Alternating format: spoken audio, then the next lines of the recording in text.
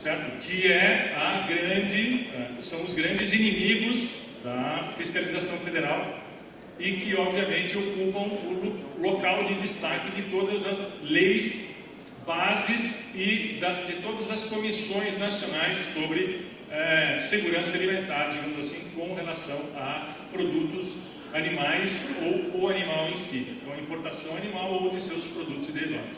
Então eu vou falar mais ou menos do lado B.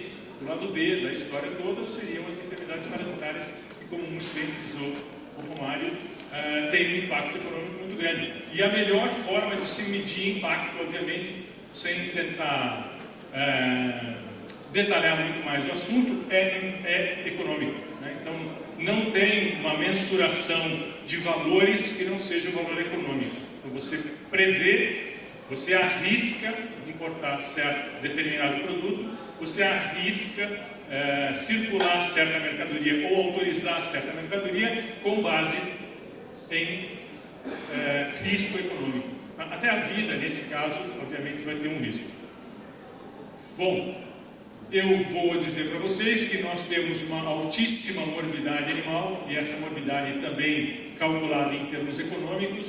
Nós temos hoje uma absurda, incomensurável mortalidade animal, que também, como muito bem falou Romário, nós temos hoje o mesmo índice de mortalidade, se vocês tiverem a ideia, de antes do advento dos antiparasitários. Então, é mais ou menos como se nós tivéssemos hoje animais infectados, parasitados, sendo tratados e morrendo exatamente da mesma forma que se eu for numa propriedade ao lado e falar para o cidadão: olha, você tem 1000 animais aqui e por favor não trate esses animais jamais. O índice de mortalidade é virtualmente semelhante, salvo alguns anos de pior ou melhor para um lado ou para o outro. Nós temos um ausente controle no comércio e uso dessas drogas. Nós não temos receituário médico veterinário. O produtor rural que quiser utilizar esses produtos, eles vão automaticamente a uma casa agropecuária. Vocês já fizeram isso com o cachorro de vocês, com pulga, já fizeram isso com carrapato e eventualmente já fizeram com muito mais coisas. Constantemente, não consigo eliminar a pulga, compra mais um veneninho. Chega para o balconídeo. O balconídeo é aquele ser extraterrestre que está ali na frente querendo vender qualquer coisa que passa pela frente. Aí o cara fala: eu queria comprar alguma coisa para plugar. Doutor, eu tenho tudo que o senhor quiser: sabonete, shampoo, injetável, spot on, puron, qualquer coisa que o senhor quiser. Aí você vai comprar e se gasta uns 100, 150 reais e você volta para casa e dá um banho no seu cachorro. Esse é mais ou menos o descontrole que nós vivemos hoje em dia. E esse custo do produto antiparasitário, ele é negligenciado, ele não é computado, ele não é colocado na balança, ele é renegado. O Ministério tem, digamos assim, uma informação filtrada, porque as indústrias farmacêuticas elas não têm a obrigatoriedade de fornecer quanto é vendido, elas fornecem quanto é produzido. Tá? E existe uma diferença muito grande. Esse é o balcão de uma agropecuária padrão, lindo, maravilhoso, cheio de rótulos novos aqui, vocês já conhecem alguns. E esse é um animal com um parasita pulmonar, Dictyocaulus vivíparos, que é altamente resistente, que foi um isolado que a gente achou no Rio Grande do Sul, e ele é altamente resistente já às ivermectinas, às lactonas macrocíclicas no geral. Tá? Bom, um sistema digestório pulmonar de um bovino, né, da sua parte anterior, da sua parte posterior, para citar para vocês, ou listar para vocês alguns parasitas, alguns inimigos que a gente quer controlar a vida inteira. Não vai conseguir erradicar, não vai conseguir controlar, mas a nossa luta é diária. Bom, só para mostrar para vocês.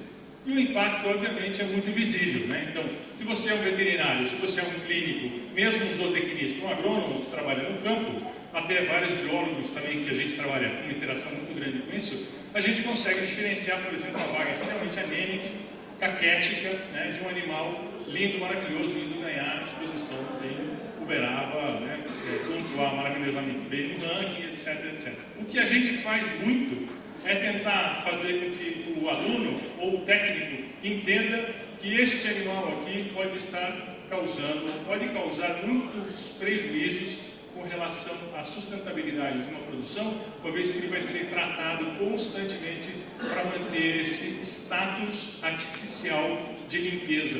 E esse status artificial de limpeza tem um custo muito alto. Tá? Então, se você quiser colocar, a analogia é essa: eu quero colocar o meu cachorro para dormir comigo em cima da cama e eu quero que ele esteja livre de pulga. Essa é uma analogia fácil de fazer, né?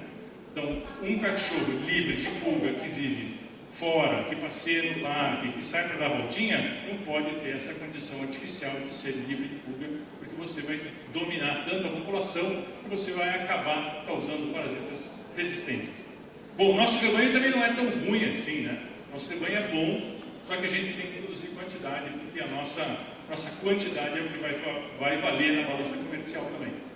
O grande problema, também abordado já pelo doutor, é com relação ao excesso de uso. Então nós temos excesso de uso. Então, isso tudo é a parte introdutória para que a gente chegue e tente mostrar para vocês o risco de você trabalhar com parasitas resistentes sem o conhecimento em uma guia de transporte, sem o conhecimento eventualmente de uma mosca ou de um carrapato que seja altamente resistente e que a gente dissemine pelo Brasil inteiro sem que haja uma política visando o fato de que esses animais devem ser avaliados para isso.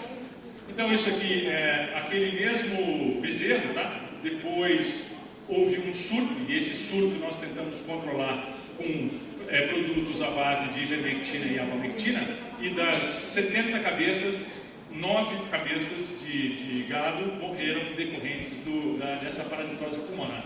Tá? O grande problema é para endoparasitas, que seriam parasitas intestinais de muito ou altíssimo risco. Um deles chama-se Hemoncus, e esse Hemoncus é o chefe da gangue toda que a gente quer combater em termos de infecções parasitárias.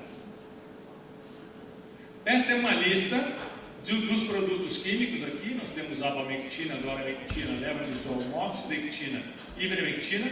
Isso aqui é o percentual de eficácia média em rebanhos bovinos do Brasil.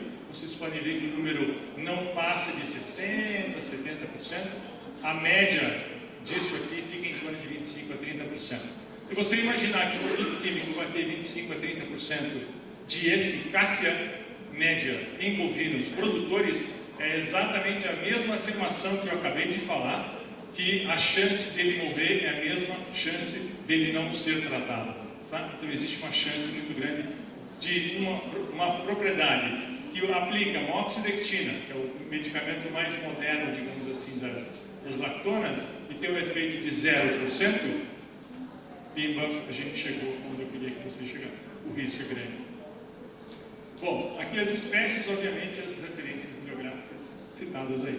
Eu queria também mostrar para vocês uma parte genética evolutiva, né? Então, eu como bom darwinista, eu consigo visualizar alguma coisa assim, ó. Então, nós temos aqui o gene da resistência presente em uma quantidade baixíssima na população de parasitas, tá? Então, ao longo do tempo, esse produtor mal informado vai fazer o uso dos antiparasitários e vai fazer com que essa população mude, ela seja alterada, tá? Então, eu seleciono os indivíduos que são resistentes, eles vão começando a aumentar na população aqui, ó. E os indivíduos susceptíveis, eles vão sendo retirados da população. Eles vão morrendo ao longo do tempo, tá? Essa é a primeira fase. A segunda fase, explicada pela genética também, definida como plasticidade genética, é quando existe uma troca, tá? É quando existe uma troca de porções do genoma do parasita que são responsáveis pela resistência, mas essa porção do genoma não está bem estabelecida ainda na população e essa porção do genoma é frágil, tá? O que acontece é que se eu controlar bem os parasitas e essa população geneticamente se distribua na primeira fase, eu consigo trabalhar com isso por 20, por 50, por 200 anos. Porque eu não posso falar com o produtor é que ele vai ter uma sobrevida de um produto químico maravilhoso que dure lá 5 a 10 anos. Na terceira fase, obviamente, quem toma conta são os genes da resistência, eles ficam aí completamente dominantes e eles aí tomam conta do genoma inteiro e eles não saem mais. Tá? Evolutivamente, isso é uma seleção artificial rápida. Isso demora no máximo 5 anos para acontecer. Tá? Endoparasitas, ectoparasitas. Então, mosca, carrapato, pulga, etc, etc, etc. O que eu quero mostrar para vocês é o seguinte: se eu perguntar na plateia, vocês conseguem me responder rápido, quanto tempo eu preciso parar de tratar um parasita com o produto que eu estou usando, lá o produto A, para que esse produto A eventualmente seja eficiente de novo? E isso é uma estratégia que se usa muito. Eu vou parar de usar esse produto e eventualmente uso esse produto daqui a alguns anos e esse produto vai voltar milagrosamente a ser eficaz. Então seria mais ou menos uma curva ao contrário, né? Uma curva descendente aqui, ó. Tá? Vocês podem me dar um número rapidinho, assim? Quem acha alguma coisa? Em quanto tempo eu deixo a ivermectina do lado e depois de um tempo eu volto a usar? Alguém tem uma base? Tá, se chegar aqui, ó, se chegar na terceira fase, nunca mais. Esse é o número. Tá? Sabe aquele zero? Sabe aquela eficácia de 20%? Aquela eficácia de 15% do slide anterior em bovinos? Com uma projeção de perda de 17 bilhões, nós estamos todos acima desta linha já. Em ovinos, em caprinos. E em equinos nós estamos andando, não, nós estamos galopando para chegar nessa fase também. Eu trabalho com um rebanho hoje de mais ou menos 10 mil cavalos no Brasil, e essa situação de resistência parasitária em equinos está escandalosa, porque, claro, o produtor de cavalo quer que o seu animal esteja zerado, erradicado, limpo, estéril, etc, etc. Assim como o cachorro, né, gente? Bom, mas eles serão transportados, eles serão vendidos, eles serão comercializados. E a partir de todos e quaisquer papéis que eles tenham, registros, certificados, autorizações, exames de sangue, não tem nada com, sabe, aquela história do lado A e do lado B, né? O lado B são as infecções parasitárias. Nada faz com que ele seja, digamos assim, banido ou fiscalizado para algum tipo de infecção decorrente de ou com um endoparasita ou com um ectoparasita. Então aqui nós temos os bovinos sendo transportados. Obviamente eles podem ser transportados de uma fazenda para a fazenda do mesmo produtor, 50, 100, 150 quilômetros do lado. Vai nascer aqui e vai terminar lá, digamos assim. E cavalos que vão para exposições, show, salto no Brasil inteiro, e bovinos, obviamente, circulam o Brasil inteiro. Né? Então nós não temos hoje algo que seja factível ou politicamente aceitável para você falar, não, vamos tentar controlar. Não há essa. Não é que não haja a preocupação, isso longe de mim falar uma coisa dessa. O que não há realmente é a infecção, a doença infecciosa ser associada a infecções infecciosas e parasitárias. As câmaras da agricultura, as câmaras que foram criadas, obviamente, nesse governo e em governos anteriores também, não tem problema nenhum. Tem, por obrigação, obviamente, riscos à saúde, riscos zoonóticos, riscos pecuários muito grandes. Né? Então, isso não foi computado ainda. Bom, esse é um trabalho que nós fizemos em 35 fazendas, aqui tem dados de 27, isso são fazendas de ovinos no estado de São Paulo há 3 anos atrás, 2 anos atrás. E essa é a eficácia média de produtos químicos. Tá? Então, na verdade, não é a tabela que me interessa, porque essa tabela aqui diz que a situação em São Paulo é horrível de eficácia. O que me chama a atenção é o transporte, porque São Paulo, como é uma economia muito rica e o mercado hoje é consumidor de cordeiro, fez com que a economia, por ser muito rica, fez com que o produtor que estava na Paraíba, ele tenha interesse em achar um parceiro e que ele faça essa criação agora em São Paulo para reduzir o percentual, digamos, de perda, de transporte e etc. Vamos criar em São Paulo. Ovino é uma atividade de hobby para muitas pessoas e hoje em dia São Paulo, Paraná, sul de Minas, né, alguma coisa no Rio e Santa Catarina, Rio Grande do Sul, obviamente, para as raças mais precoces, eles produzem muita genética, tá? E essa genética é transferida de criador para criador. O que eu quero dizer para vocês é que das 35 fazendas, nenhuma delas tinha mais de 5, 10 ou 15 anos de criação. todos os animais foram trazidos e hoje são descendentes daqueles animais oriundos de Paraíba, Bahia, Ceará, etc. Tá? Então esse transporte animal não fez com que nós tivéssemos uma resistência recente. Essa resistência parasitária, obviamente trazida das suas regiões de origem, reflete o que nós temos hoje de situação caótica no Brasil. Então a minha mensagem, né, é que vocês levem para casa uma única frase em termos de controle parasitário. Nós estamos em uma situação de pouco controle, tá? Ou nenhum controle.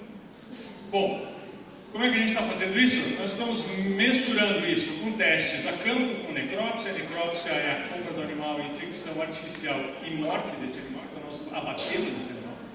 Isso é muito caro. Quem consegue fazer isso geralmente é a indústria ou vinculado à indústria.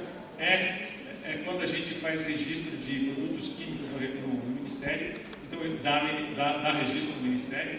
Os testes de redução de óvulos que os parasitas colocam nas fezes também é um teste muito válido e esse teste tem validade para o Ministério, tá? Mas o que a gente quer fazer ainda também é tentar fazer com que nós tenhamos a possibilidade de introduzir alguns testes in vitro para que a gente use menor número de animais, melhor grau de bem-estar e que a gente possa reverter esse quadro de resistência. No que tange a tempo, vai demorar, mas a gente quer ter mecanismos de diagnóstico mais rápido. Por exemplo, o que eu faço no meu laboratório, como laboratório de referência para a resistência parasitária, nós temos esses testes in vitro rodando constantemente. Bom, marcadores moleculares, obviamente, eu trabalho também com muita parceria e eu tenho a grata satisfação de ter um grupo grande da doutora Denise aqui, e é fazer com que a gente tenha, né, marcadores de nucleotídeo único capazes de identificar hemônimos contortos como esse aqui, que são lindos, por sinal, se alguém não achou que é lindo, eu acho,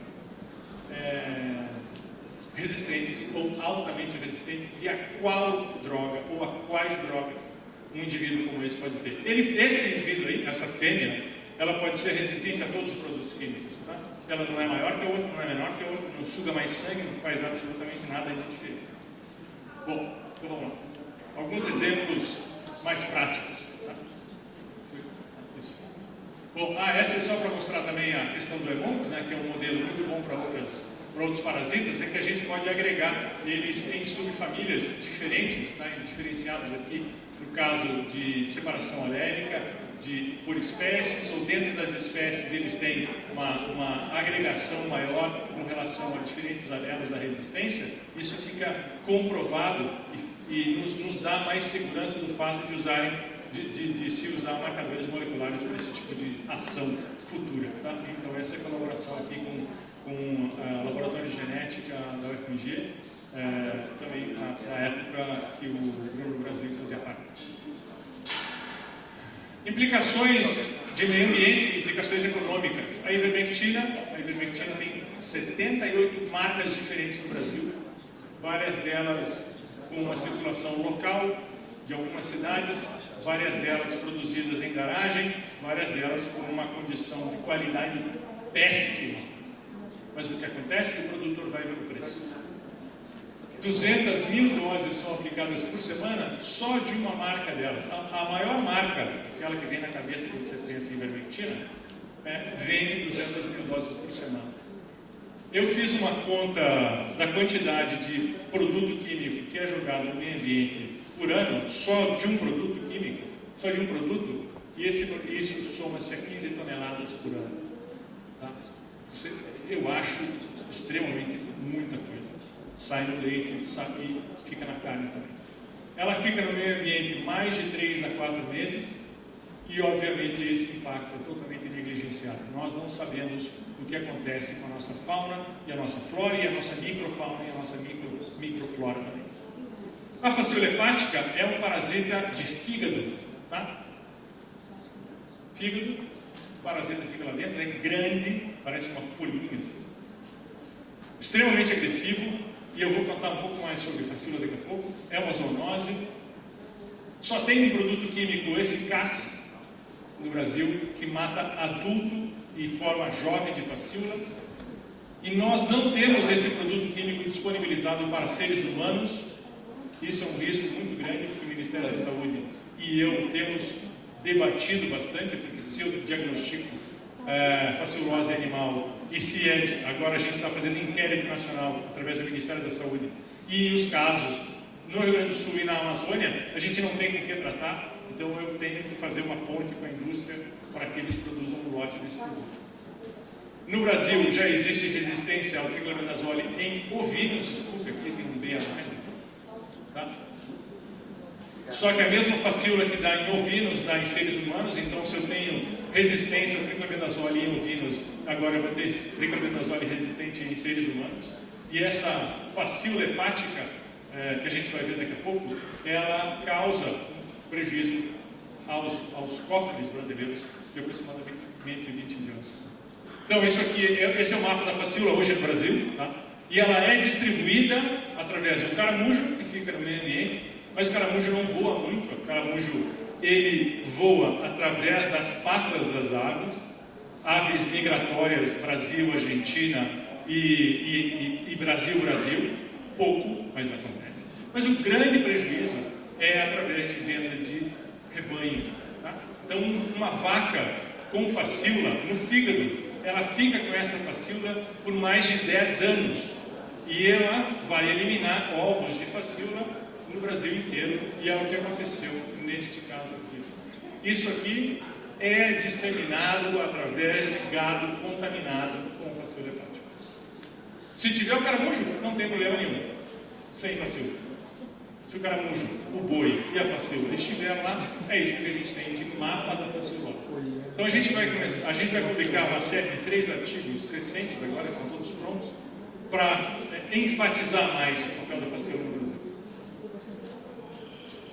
O estudo de caso que a gente fez foi no Rio Grande do Sul, tá? Então esse aqui digamos assim, é a planilha da modelagem que foi feita. Então a modelagem que a gente usa por Monte Carlo, análise de Monte Carlo, depois tem um output aqui. E esse output sai como um mapa observado, tá? Um mapa classificado, e o classificado com o observado tem uma margem de erro aqui embaixo. A margem de erro é bem pequenininha. Então deixa eu explicar mais ou menos em linhas gerais o que é. O observado é dado do Ministério da Agricultura.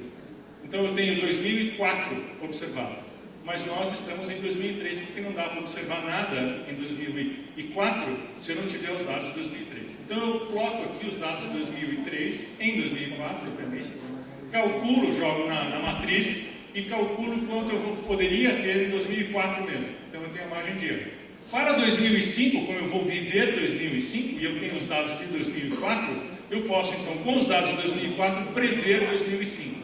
Cada vez que eu aumento o meu banco de dados, eu posso ter uma previsão melhor, eu posso classificar melhor e eu posso ter uma margem de erro muito menor. A nossa ideia é fazer com que os 500 municípios do Rio Grande do Sul possam ser avisados através do Ministério da Agricultura que eles têm um risco projetado de X ou de Y para o seu ano seguinte, já que o observado foi tanto. Esta ferramenta, desenvolvida junto com o INPE, que é o Instituto Nacional de Pesquisas Espaciais em São Paulo, que foi a dissertação de mestrado da Ana Elisa. Bom, aí, somando tudo, esse impacto todo aqui não é só no Rio Grande do Sul, não, é no Brasil inteiro. Próximo ponto que a gente quer fazer, esse é o sul do país, tá? Então Paraná, Santa Catarina, Rio Grande do Sul. Esses são as massas populacionais, região de Curitiba, região de Londrina e Maringá, Cascavel, Foz do Iguaçu, Florianópolis, Joinville, Porto Alegre, região serrana, tá? Santa Maria, Pelotas. E esse aqui é o mapa de facílula, bovina. Bom, então agora o que tem na geladeira lá no nosso laboratório são milhares de amostras de soro humano e de soro e leite bovino para a gente tentar fazer esse impacto de zoonose em 2 regiões quentes, que a gente chama, tá?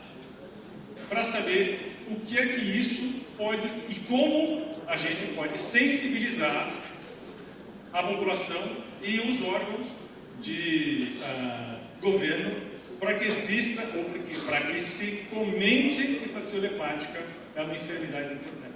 Tá? Em Santa Catarina tem uma doença chamada amarelão, e é o amarelão do fígado mesmo, que o cidadão vai para o hospital, ele está literalmente amarelo, ele recebe soro, ele vai hospitalizado por 2 ou 3 dias, ele recebe uma carga de antibiótico, fala assim, amigo, agora você pode voltar para casa que você não tem nada, era só fraqueza de trabalho. Ele volta, e ele não trabalha por mais uma semana, 10 dias, e aí eventualmente ele volta e tem uma mortalidade altíssima, relativamente jovem. Tá? Então esse é o cobertor por cima de uma enfermidade extremamente importante no Brasil. Uma outra, bom, pessoal, agora vale a pena chamar a atenção, se tiver alguém dormindo do seu lado, tudo, agora é importante. Nos países onde se faz controle de tuberculose, nosso país é um país que tem um programa de erradicação de tuberculose, estão achando que a tuberculose não está dando certo o programa de erradicação da tuberculose. Na Inglaterra, por exemplo, o programa de erradicação